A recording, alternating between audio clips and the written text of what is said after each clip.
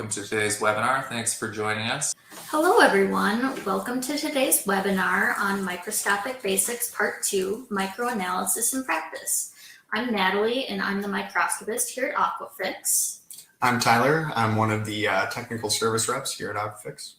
And I'm Dan, I'm a chemist here and I also do a lot of work with microscopy and customer calls and that kind of thing. So today's format is going to be slightly different. You're in charge. The three of us are going to talk about the what, why, and how of microscopic analysis. And between each segment, there's going to be a spot for you to ask questions. And these questions can be relating to what we just went over or anything you had in mind, like how often should I do microanalysis, where's the best place to collect a sample, and so on. So now we'll start with the what. What do you need for microscopic analysis? Why a microscope, of course. When starting analysis and looking for your microscope, what you want to keep in mind is what are you going to be using the scope for? Do you plan on just looking for differences? Are you going to be just looking at a block? Are you going to be trying to identify filaments? What is your goal? With that in mind, when you're looking for your microscope, you're going to want at minimum a 10x, a 40x phase objective, and a 100x oil immersion. Also, you're going to want to look to see if the brand is reputable. For example, two of the more common names are Olympus or Nikon. Is the microscope binocular or monocular? What are you going to be more comfortable using? And one of the most important things is before you make that purchase, demo it. Make sure it's a good fit for you. But unfortunately, there are budgets and these can be limiting. So not every plant can necessarily afford to have all the objectives, to do the staining, or to provide the training and experience that's needed for identification. So that's one of the reasons we also recommend sending out samples. What we do is we look at flock structure, sludge age, oxygen penetration, EPS, metazoa, protozoa, filaments, and generate a report with photos of all of these things and provide treatment recommendations. If you want to know a little bit more and get an example of this, you can actually go back to our part 1 that I did, I believe it was 2 months ago. So now with this in mind, we're going to have questions. You can ask questions, just type in the chat bar. We'll answer them as we go. We'll start the questions off with a poll, and our poll is going to be, do you have a microscope on site? Ooh, exciting. We're getting a lot of yeses. I see. It looks like most people here have microscopes, which is great. I guess we could ask a follow-up poll here. How often do you use your microscope if you have it? Yes, we're getting a lot of people who are using their microscopes regularly. Everybody can still feel good if you don't do it as often. We know there's a lot of obligations and stuff going on as operators that you have to take care of around the site. So not everybody has the time to take care of it, but you know, for those of you who are doing it daily or weekly, it's hopefully been a helpful tool for you on site. So we've got our first question. Will the lab report include solutions for the issues found mechanical and products? So Tyler, actually, he has an example of one of our reports pulled up. And while he's getting that going, yes, we will provide mechanical, such as wasting, or products that are applicable. And we'll also explain in the report why we recommend those options as well. So here is what an example of one of our reports would look like. It'll start out with just kind of the overview of our findings, so a quick down and dirty. And then we'll go on and we'll show some with the photos, talking about the flock, filament, metazoa, protozoa, all that good stuff. And then this one had a couple samples. And then we will talk about more, just provide more in-depth explanation to those objectives at top. And then we will go on and provide a sludge age graph, which I know is one of Tyler's favorite things. It's just a nice visual to represent how you're doing. We'll go on and have a filament chart so you can just see a quick reference of what you have, what it means, and how much. And then below that, we'll talk a bit more about those filaments. And then finally, we will have those recommendations. So in this case, we did recommend wasting as well as 2 products. Yeah, and just a note, I made a comment about this prior to the beginning of this because this is our first Q&A session. You can ask questions about anything you want. They don't necessarily have to be relevant to the content on these slides. We will happily answer any questions that are unrelated to microscopy about wastewater, personal questions, as long as they're not too embarrassing. Whatever you want to ask, feel free to ask your questions. Looks like we already got another question here. Is there a preferred cycle for a sequence batch reactor to pull a sample for microscopic evaluation? Dan, I believe you can answer this one. Yeah, I'll take that one. I would say you're always going to want to grab a sample from a well-mixed location in your system. If your sequencing batch reactor is in a settling phase, you're not going to get a real useful mixed liquor sample. But I guess you could technically grab sludge, or you might be interested for some other analysis in looking at the supernatant. But for microanalysis, you want as well mixed a sample as possible in most cases. I could do the next one. So how do the seasons affect results in general? Let's say if our site is experiencing hot or cold weather. Temperature can have an effect on plants, such as there are 2 types of filaments that both like fats, oils, and greases. However, one prefers cold temperatures, and these guys are more bound to cause foaming, and that's Microscopic particella, versus type 0092, which prefer hot temperatures, and they're going to be more prevalent. When they're more prevalent, they'll cause bulking. So if you see those guys, you're going to want to treat them before it gets cold. Otherwise, you will have really bad foaming. Dan, did you have any other things to add? Yeah, I could interject a point there. I'll say that generally speaking, I know a lot of people we work with are holding a higher amount of solids in their system going into the winter because they're concerned about things like loss of nitrification. Holding more solids is definitely going to influence what your samples end up looking like. There's a lot of signs that you'll see of higher sludge age going into the winter, like you might see a few more higher metazoa, protozoa, that kind of thing. But also, a bit contrary to that, you might also see some signs of overloading in the winter because the bacterial population is functioning a little bit more slowly. So, it's a couple other things you can keep in mind there. One more here. Looks like my foaming is only sporadic. Should I still send samples? Well, of course, anytime you're having a foaming event, it's always good to get a gauge on what sort of foaming you're experiencing, whether it's a foaming filament, any sort of issue with toxicity, new bacterial growth, anything like that. And even if your plant isn't experiencing foaming currently, it's always a good idea to get a good checkup just to see if, maybe there are filaments still existing in the mixed liquor, just not on the surface. There could be a number of other things that you would like to get checked out, especially if your system is experiencing that sort of instability effect. I could take the next one. So what's the best way to clean your microscope lenses? So it's going to be best to use a specific lens paper just to wipe them off. You're not going to want to use something like Kleenex because that'll leave behind particles and mess everything up.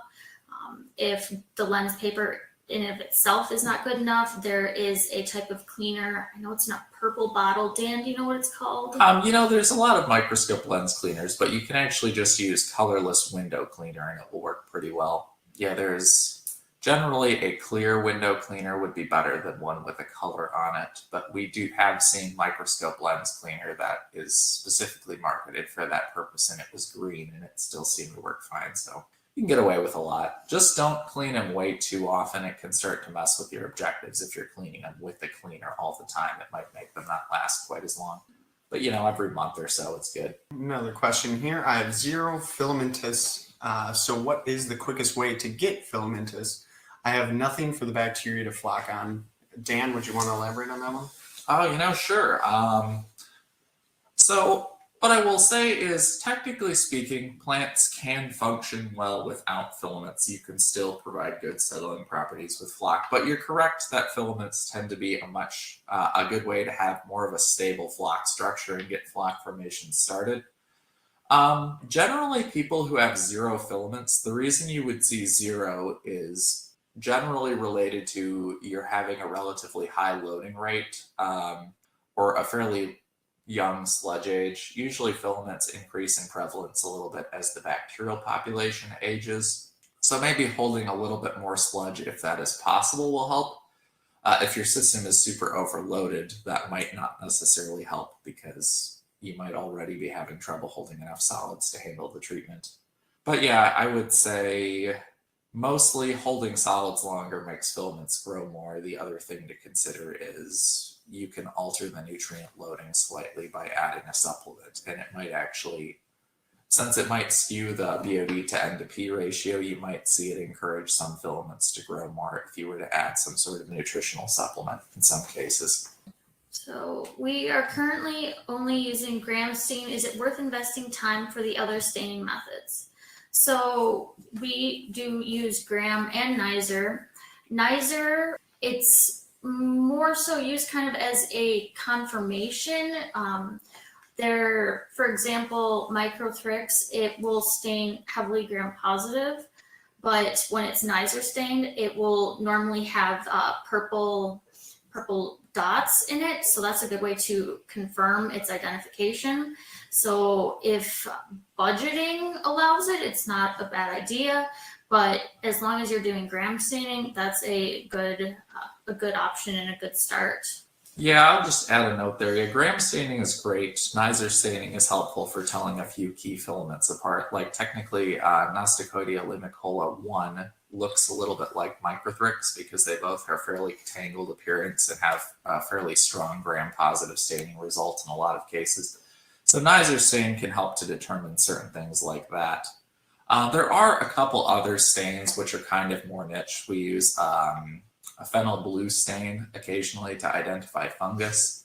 And there's also a way you can do a filament sheet staining using a dilute crystal violet solution. You can find these procedures online, but if you are interested in running more stains on site, the sheet stain is kind of a nice one because you already have crystal violet on hand for doing your gram stain, so you can potentially add this to your repertoire fairly easily.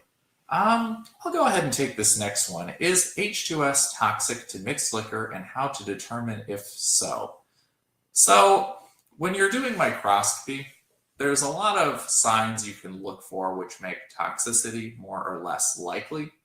The other thing to consider is if your plant is designed appropriately and it is failing to function well and you've ruled pretty much everything you can do operationally out, then toxicity is fairly likely.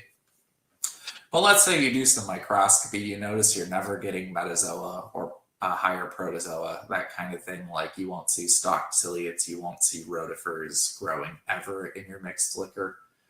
There's a decent chance something like H2S could be causing the toxicity.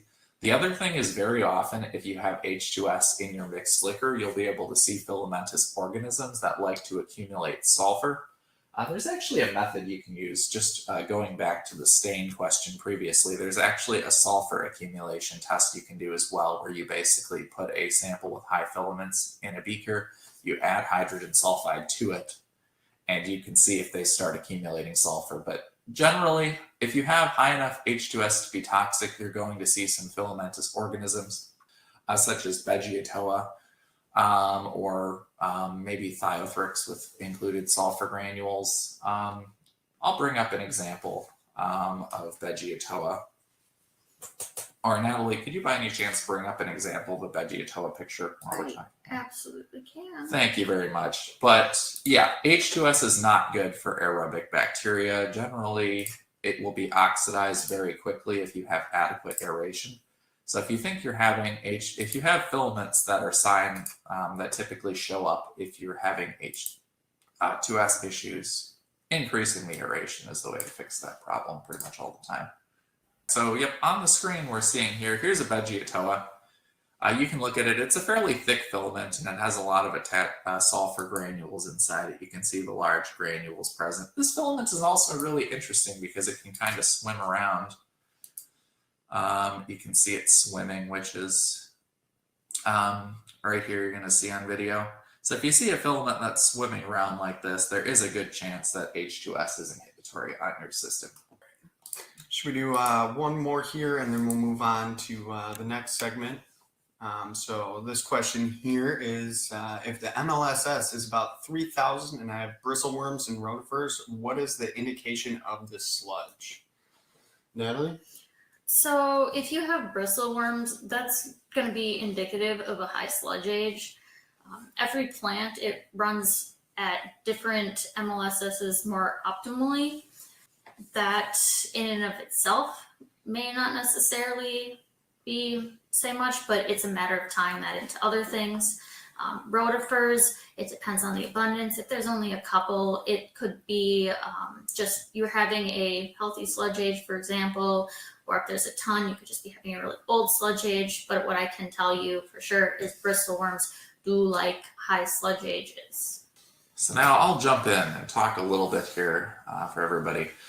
So to give you all a sense, a lot of you, it was nice to see so many people using your microscope regularly. Microscopy can be a very useful tool to help you run your system well. It can help you decide if a treatment plan, if you're making a corrective action for a problem, is working or not working. Like we just talked about before, something like seeing the presence of hydrogen sulfide related organisms can signify if you have a hydrogen sulfide problem in your system, or just in general. It helps give you a heads up if there's going to be a problem, and it also helps you establish what your plant is supposed to look like when it's doing well, and kind of helps you understand what sort of mixed liquor suspended solids holding you'd recommend, that kind of thing.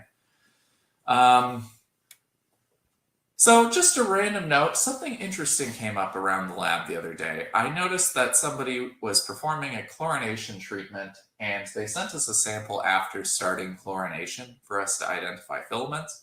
And this example I'm talking about now is relevant to any sort of treatment to address a problem in your system you can think of. If you have a lot of filamentous growth, you're going to want to identify them before you do the treatment. Once you've began the treatment, especially for something like chlorination, there is likely going to be damage to the filamentous structure, and the filament health will deteriorate. And that can make the filaments a lot more difficult to identify, so you won't have as good an understanding of what the filament is and what the potential problem that led to the growth on site is. Because if you're doing a treatment like chlorination in particular, you're going to also want to be looking into other adjustments in your system you can make to prevent the issues. The chlorination should just be helping to get rid of the filaments. So yeah, with whatever treatment you're kind of thinking, whether you're doing this on site or sending out a sample, take a good look at the mixed liquor sample prior to attempting a treatment or site adjustment, just so you make sure you know what you're starting with. So then you can fully evaluate if your treatment is doing what you want it to do. All right, so continuing on to more questions, definitely ask whatever questions you would like. Looks like we already got one here. So it is, what is the best treatment you recommend for dealing with algae in a clarifier or an activated sludge plant?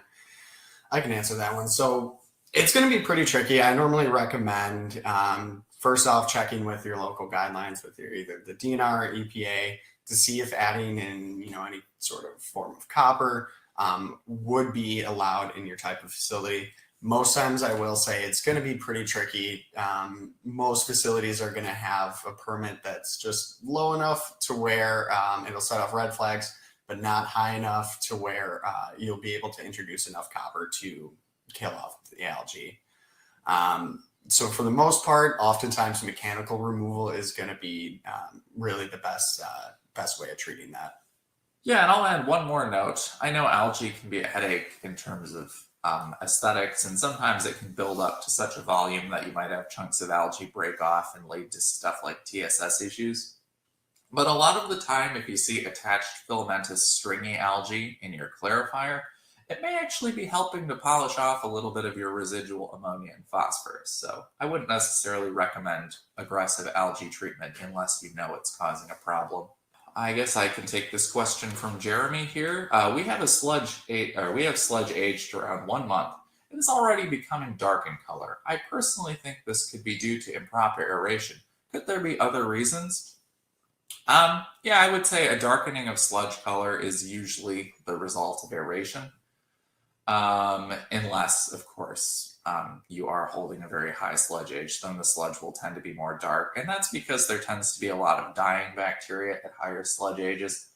But yeah, I would say if your sludge is looking a little dark and you're not noticing any major issues on site, it may be worth looking at it under the microscope to see if there's any signs of low DO problems in your site, because the darkening of the sludge doesn't necessarily signify a problem in itself, but you definitely want to be aware if it is going to lead to problems. I think this is another good one for you, Dan. All right, I can take this one. We are seeing inhibition and denitrification at a number of plants with accumulation of nitrite N in anoxic systems. Research studies have linked this with peracetic acid. Do you have any thoughts on this issue, control measures, etc.? So that is a really tough question to answer fully. If you happen to have the specific research studies you're referencing available and want to send them my way, I would love to take a look at those specifically. I will say, generally speaking, peracetic acid will cause a broad range of toxicity. It's not necessarily going to target a specific organism like denitrifiers, but you might see problems in your anoxic zone if it's at the head of the aeration basin, because PAA, peracetic acid, tends to inactivate really quickly when it's exposed to organic solids. So in this particular case, there's a couple reasons it could be hindering denitrification. One, it might be boosting the ORP in the anoxic zone, and if you have a higher ORP, denitrification usually doesn't progress all the way. It could also be causing direct toxicity to the surface of microbes there, but that would generally require a higher dose rate of PAA. Either way, I've never really thought of PAA as something that is specifically targeting denitrifiers, aside from they just happen to be at the head of the plant a lot of the time in the anoxic basins. As far as control measures, doing a lot of these studies, the key with peracetic acid is give it some time and a mixed EQ upstream so that it can interact with organic solids and decompose. Once it's decomposed, which happens fairly quickly, you'll see a couple of hours in a lot of cases. If you want it to happen quickly, we've actually seen pretty decent results with stuff like sodium thiosulfate or sodium monobisulfite in speeding up the inactivation of PAA, that kind of thing. But ultimately, having holding time ahead of your process prior to adding it to the anoxic basin is really key. Whether that's in a sewer line or in an EQ tank or in a truck, it doesn't really matter. You just want to have some more time, or discourage them from using as much PAA upstream if possible. All right. Another question here. Is a high foaming sludge an indication of high amounts of filamentous bacteria populating the sludge, and what can be the possible causes? So yeah, most of the time, I wouldn't say most of the time, but generally speaking, most foaming events are going to be caused, especially most foaming events that tend to be lingering, stick around, especially pertaining to the winter. Most of the time it is going to be related to a filamentous bacteria. Certainly there are other causes to foaming, either new growth, and some of this I touched on earlier in this presentation. New growth, toxicity, really a different number of things could be causing this foaming event. Often I will just recommend, it's always good to have a second opinion on it. Let us take a look at it and we can get to the bottom of, exactly what the root cause is. Because sometimes it could be a combination even. You maybe have both filamentous and even just fats, oils, and greases accumulating at the surface. Could be a number of things. It's always a good idea to just get it checked out under the microscope. All right, I think we're gonna answer the next question and then actually have a poll. All right, that sounds good. I guess I can take the one on the algae and duckweed in our chlorine contact tanks. So yes, if you are bleaching algae and duckweed in your chlorine contact tanks, it will likely release a little bit of phosphorus and potentially ammonia into your plant effluent, which, the main key here is it probably won't be a big deal there if there's only a little bit of duckweed or algae, but it might be a big deal if there's quite a bit accumulating. So if you are having that problem, it might be worth looking into if there is an effective way to apply copper, depending on your permit levels, just to control the algae. Duckweed copper isn't going to work as well. We recommend something called Clipper, but be mindful of your discharge limits there, because Yeah, adding a compound and hitting a toxic threshold isn't great, but yes, they could potentially have an effect on phosphorus levels. All right, for our next poll, how do you hope to use microscopy for your process? That's good to see how many are out there to predict problems. Yeah, and for those of you who have microscope on sites, regardless of, you have a lot of experience using your microscope on site, so it's really nice to perform that analysis because you'll be really familiar with your process and whether changes are taking place over time.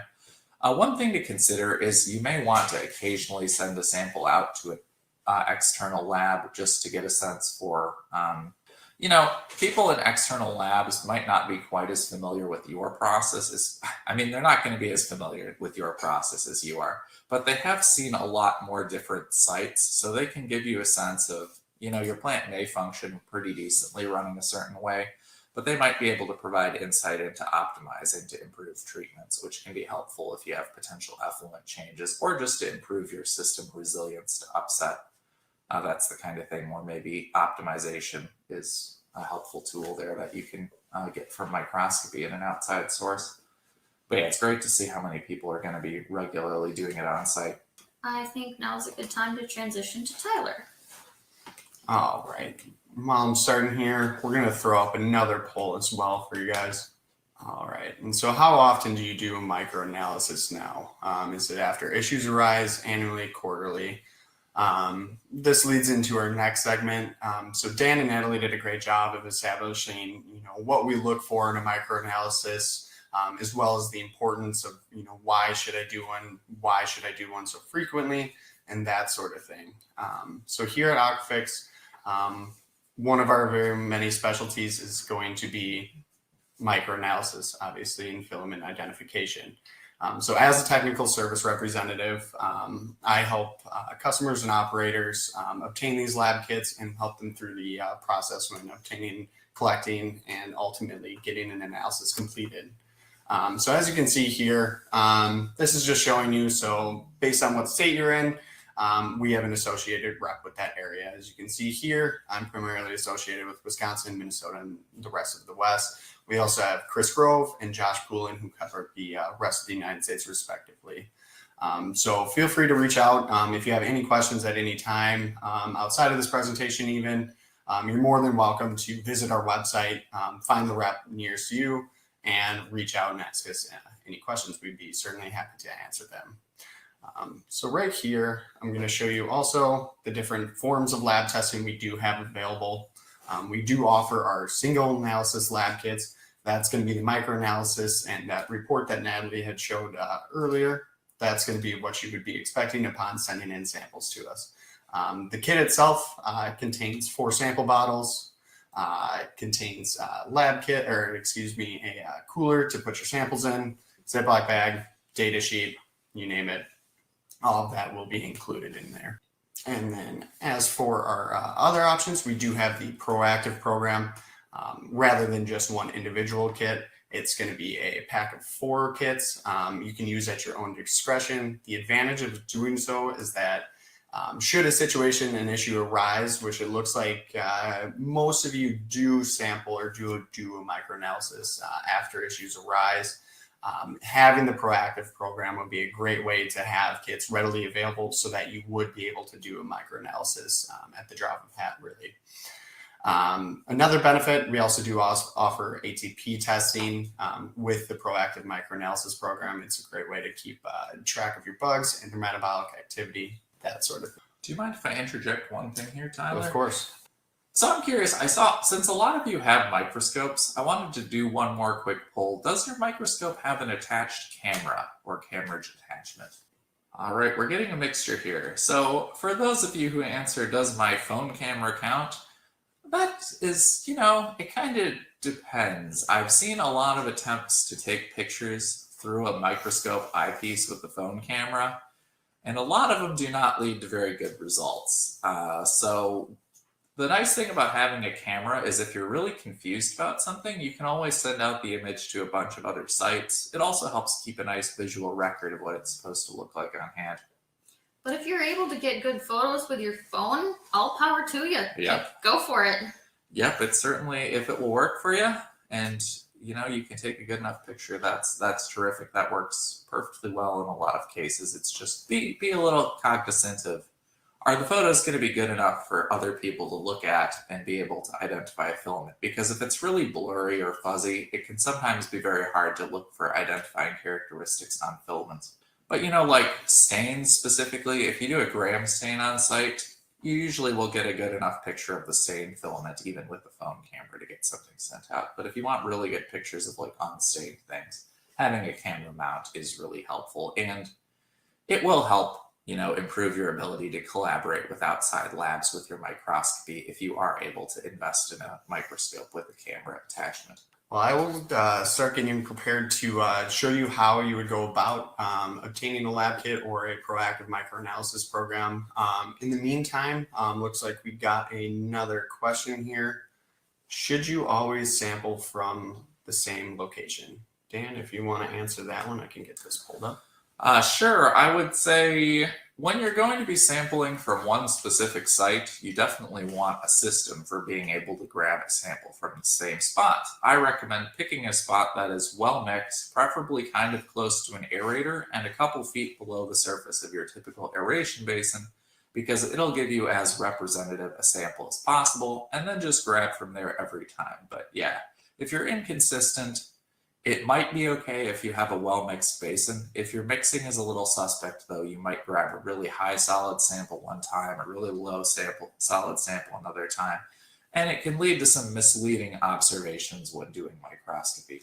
All right, and as you can see here, I got our website pulled up, teamaquafix.com. And once again, as I alluded to earlier, if you do have any questions, don't know who your rep is, feel free to check it out. There's a nice interactive map on here based on where your state is. You'll have a rep associated with. Once again, our contact information will be included in there as well. So feel free to reach out. So going back to how to get a lab kit. First off, and same goes with any questions, anything that you need from us, you're welcome to always call in. Our number's right up at the top, as well as on most of the web pages here. Otherwise, if you prefer to order electronically, we also have that option as well. So if you head over here to the Lab Services tab here on the black bar, head over to Wastewater Testing and Services. Once that's all loaded up, you can see here. So we do have our microanalysis and filament origins. This is going to be the single test kit as well as the proactive test kit. This is going to be associated with all of the testing services we have spoken of earlier in this presentation. A minor note here on the right side, you will see our anaerobic soluble micronutrient analysis. This is our trace metals analysis for anaerobic systems, so we do offer that as well. Keep in mind, both of them are separate to one another. But yeah, once you're here, it's as easy as ordering your test kit. Just one click of a button. It'll take you to a page where you just fill out your account information. From there, it takes about, depending on where you are in the country, takes about 1 to 5 business days to receive that kit. Now, if you are in a sense of emergency, sense of urgency, there is an option to submit a lab sample to us without having a kit directly from us. Instructions for that will be just under that wastewater testing and services button at submit a lab sample. Here will be all the instructions. These also pertain to when you do have a lab kit.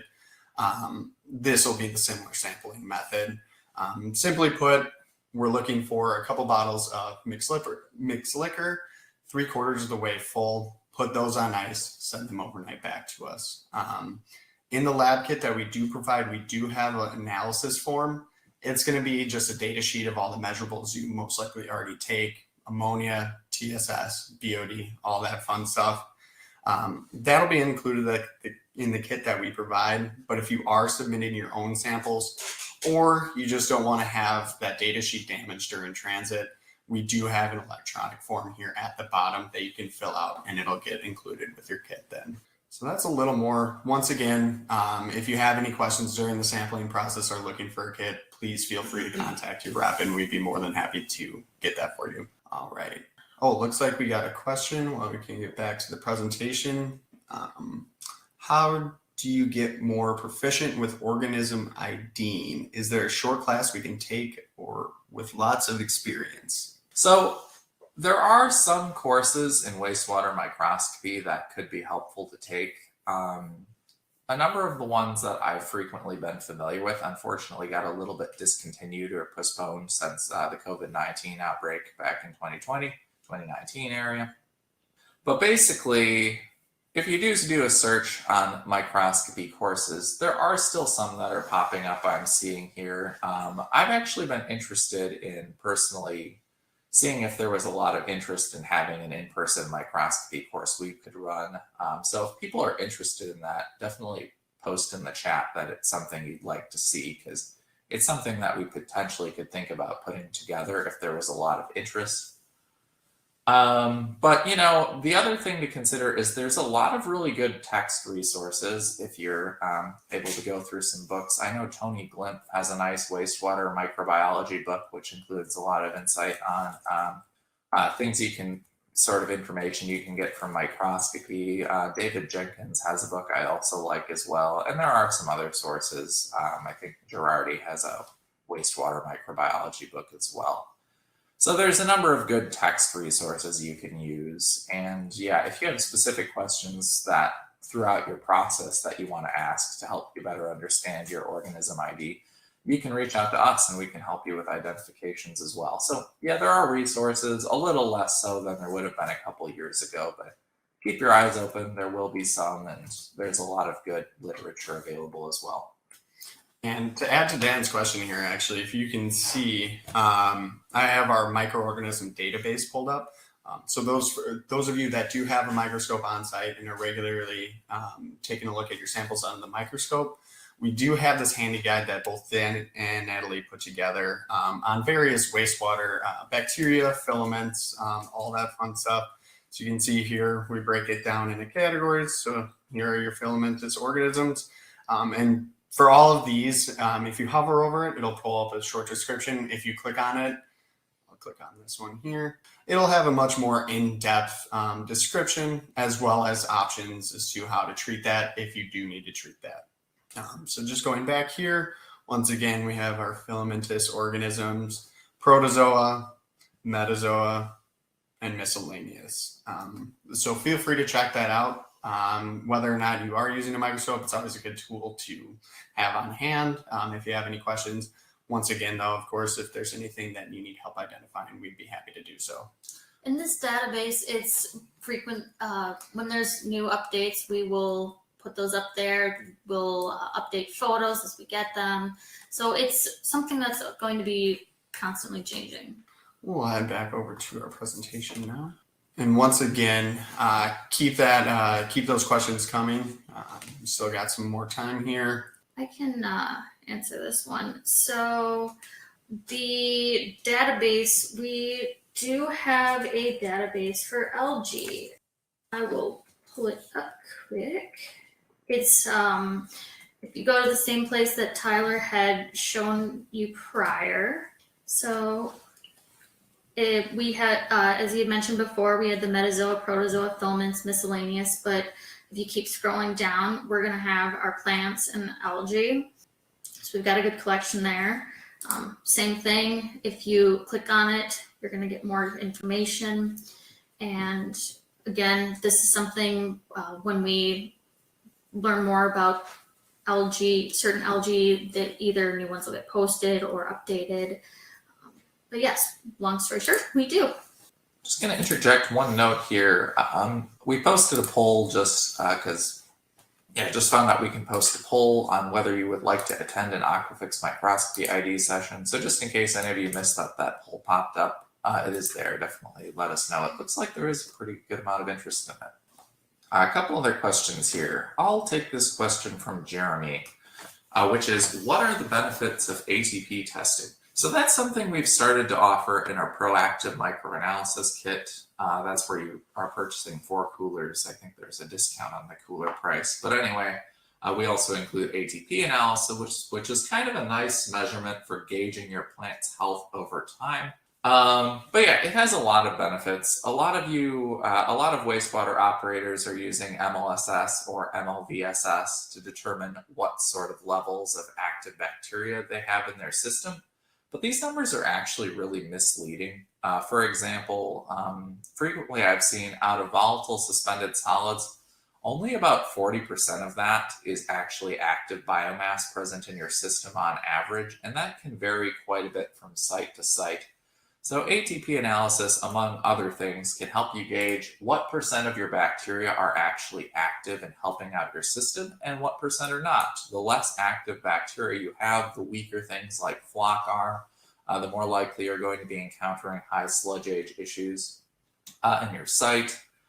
In addition, ATP testing allows us to look at stress on your system by comparing DATP, which is dissolved ATP. Frequently, that comes from cells that are actively dying in your system, and comparing it to total ATP, so you can get some sense for what percentage of cells are dying in your system versus what percent of cells are healthy. So definitely can be a handy analysis, and it's nice to have a baseline on it for when your plant is functioning well. What should ATP be? And it can help give you a sense for if your active biomass makes a big change. Maybe there's an adjustment that needs to be made in your system, or maybe there's some toxicity issue going on. Looks like we have another ATP question here. Since you're on that topic, you want to just go into that? Yes, ATP is adenosine triphosphate, which, just for reference, in case some of you are unfamiliar with that broadly, is a stored form of energy in bacterial cells. If bacteria are metabolizing food substrate, they produce energy in the form of ATP, with which they can use to perform metabolic functions and that kind of thing. So basically, you're measuring the amount of energy the bacteria have and are making. Looks like one all the way back here. Can you post these text resources, please? Dan will have that information available. If we can get some handouts, maybe posted as well. Okay, so I'm seeing another question here from Jeremy. Are you doing any DNA fingerprinting and correlations with wastewater treatment system stability? It's something we are kind of looking into. We've had some struggles in general with the idea of turnaround time. We don't run DNA analysis on site. We have to send out to other labs, and it can be difficult to get results in a timely manner. It also tends to be pretty expensive.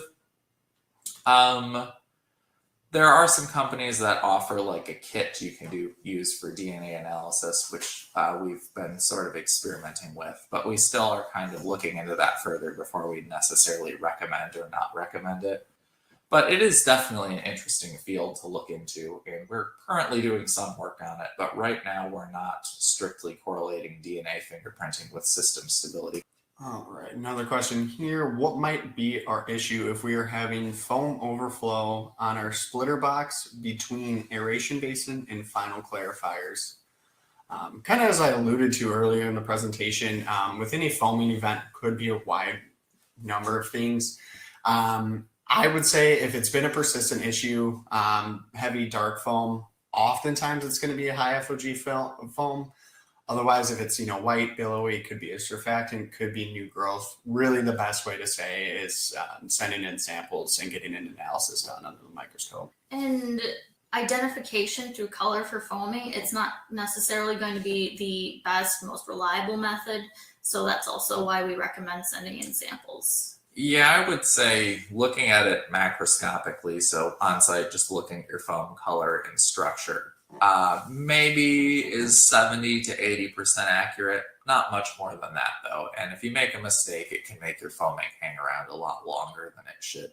So it's always good to get a second opinion on it, I should say. What do I do if I have questions about my sample results? First and foremost, if you've done the lab report through us and we send back the analysis, please contact your rep immediately with any questions. We'd be more than happy to chat about it via email, over the phone. Even more so, if you would like to speak with the lab, we can always set that up. Does anybody have some for fun questions they can ask, or just really random wastewater plant questions? Real challenge questions. If one of you stumps us with a question, we will give you 1 point.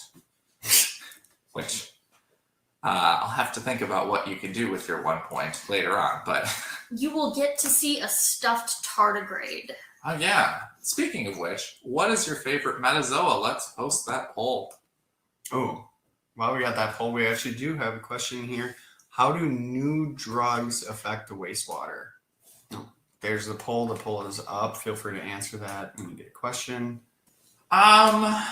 That is a really, I guess the new drugs affecting wastewater, that's a really difficult question to answer. Is there a specific drug you're concerned about? Because I'd have to look into that specifically.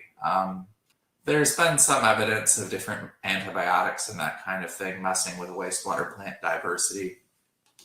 But yeah, there's always some potential for harm for a wastewater population. The other thing is to consider is, for example, like I think birth control pills sometimes can cause problems downstream for wastewater plants, and it can end up with new wastewater plant standards, that kind of thing. It's a good question. I got this one. Woodchuck questions. Just for clarification, are you asking how much wood could a woodchuck chuck if a woodchuck could chuck wood? All right, and here's a quick question and answer here. Is there an expiration on Aquafix? With any live organism, there is. Fortunately, it's about 1 year on average, as long as the product is kept in a somewhat room temperature environment, out of direct sunlight, out of freezing temperatures. It could be good for well over a year as well. Oh yeah, quick apologies. I'm looking at the metazoa protozoa poll. Here is our nice stuffed water bear. It's very soft and fuzzy. I apologize that it looks like it's on fire. The sun shifted just a bit since the beginning of our presentation here. But you know, this love of water bears, I feel like, encourages people to hold their sludge too long. You gotta make sure to be wasting those sludge, because if you've got the tardigrades showing up, maybe not a good signifier for your sludge age. But they are a super fun organism to see. I'm still waiting to see one rip apart a rotifer with its claws under the microscope. I'm sorry if that's too gruesome an image for some of the people present at this webinar. Let's see. Oh, there's a bunch more questions. Excellent. Looks like we have a good situational question here. Have a package activated sludge plant that has very fast settling sludge. Design sludge age is 18 days, but have been running at 8 days for months. So I don't think the fast settling is from old sludge. Any thoughts? Dan, you want to take this one? Sure, I can take it.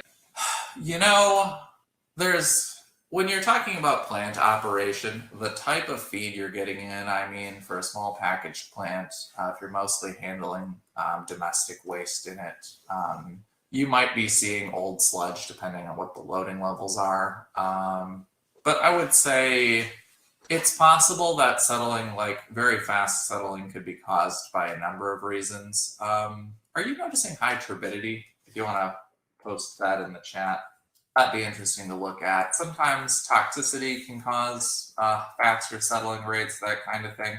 I would say if you look at it under the microscope, you'll know pretty distinctly whether that your sludge may actually be a little low FM and it causing it to settle. Effluent's clear.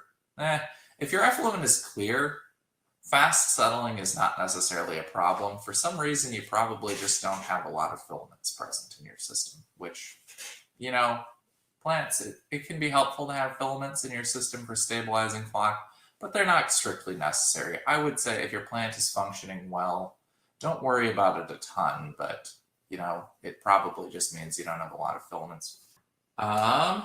I see the Adrian posted a follow-up about hormone treatments.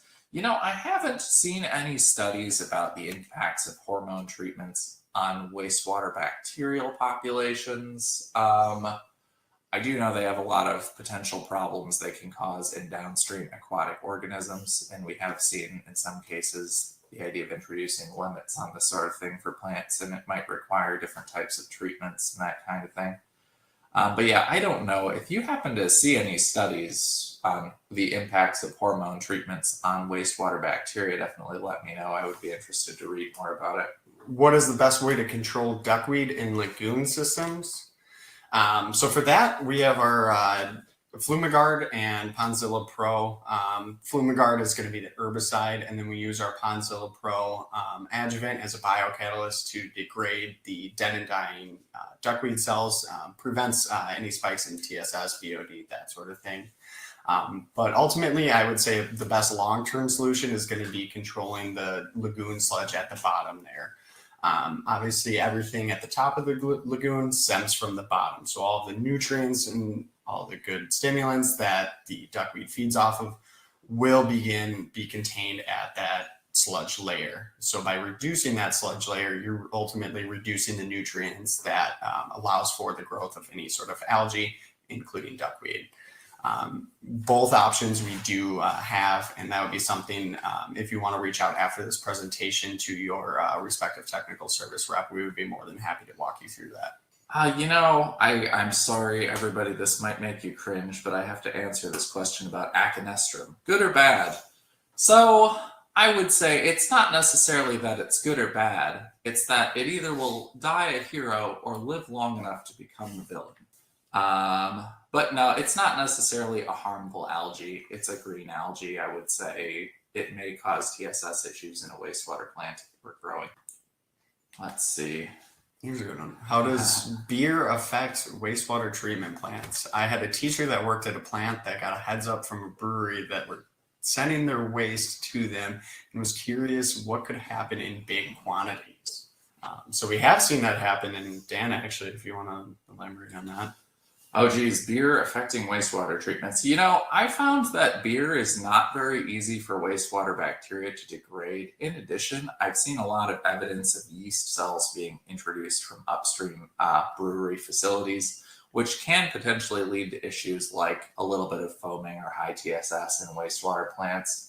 But yeah, I just find beer is pretty difficult to degrade. You need a little bit more time to be able to handle it, which is okay if you've got kind of an underloaded system. But if your system is kind of a little overloaded to begin with, you can end up with poor treatment of the beer waste and have difficulties with things like BOD removal. Also, potentially, if you add enough of it, it can actually be inhibitory to the rest of the organisms present in the system. So it's kind of nice if it's not all discharged at once and it's more kind of metered in over time. Best technique to spot water bears. So these guys, they like high sludge ages, but those high sludge ages, it's got to be stable. So I'd say because you don't want your sludge age high, go to our website and check out the database because you will see them there. Oh, I like this question. Have you any experience or recommendations for using grass carp to control duckweed? I can tell you, we were raising koi in the lab for quite a while, and they did not let duckweed grow in their koi tank. It was very disappointing because we were trying to grow algae to sort of simulate a wastewater lagoon kind of setup with duckweed growth. But no, aside from that, we haven't had really any experience with using it. But I can say typically carp are more bottom feeders, so usually they aren't going to be going a ton for algae or duckweed at the surface, that kind of thing. Duckweed is a plant, to be clear, not an algae. But so you might be more interested in using something that's more of a surface feeder for that application, but it could work. And just for reference there, if you haven't seen it already, the duckweed complete information that we have is available as a link on your presentation there. All right, so plant overloaded for BOD and ammonia need expansion, running higher SRT for ammonia removal, but causes settleability issues. Any suggestions, Dan? Yeah, I would say it's very challenging when you have an overloaded system getting everything to work well at the same time. Yeah, the tendency is if you want to get good ammonia removal, you have to hold more solids than is ideal. You might have some floc disintegration taking place from the sludge age getting too high, that kind of thing. I would say what is actually causing the overloading in your system might be relevant. And what sort of things are resulting from the overloading broadly? Are you mostly having like a ammonia issue, a BOD issue, a TSS issue, or that kind of thing? I know you mentioned BOD and ammonia overloading the system. I'll just glance at chat if you have an elaboration there. if there's anything more about what specifically the feed substrate is. But yeah, overloading is a real challenge to deal with across the board. We do recommend some products to treat for overloading in the short term, but the long-term solution, if it's economical to use a product to help break down substrates more efficiently, you can do it. Doing some sort of optimization study might be helpful if you can find a site to do it, that kind of thing. But basically, if your plant is overloaded, it may be a matter of adding more aeration that would help, or you might need additional tank volume to deal with the incoming wastewater. All right, are there any last questions coming in? And once again, if any questions arise after this presentation, feel free to reach out. Our contact information is now up on your screen. Many different ways to contact us. Certainly feel free to contact your technical service rep directly. If you have any issues with that, you can call our general home office number. Well, thank you very much, everybody. Thank you. Yep, have a great rest of your day.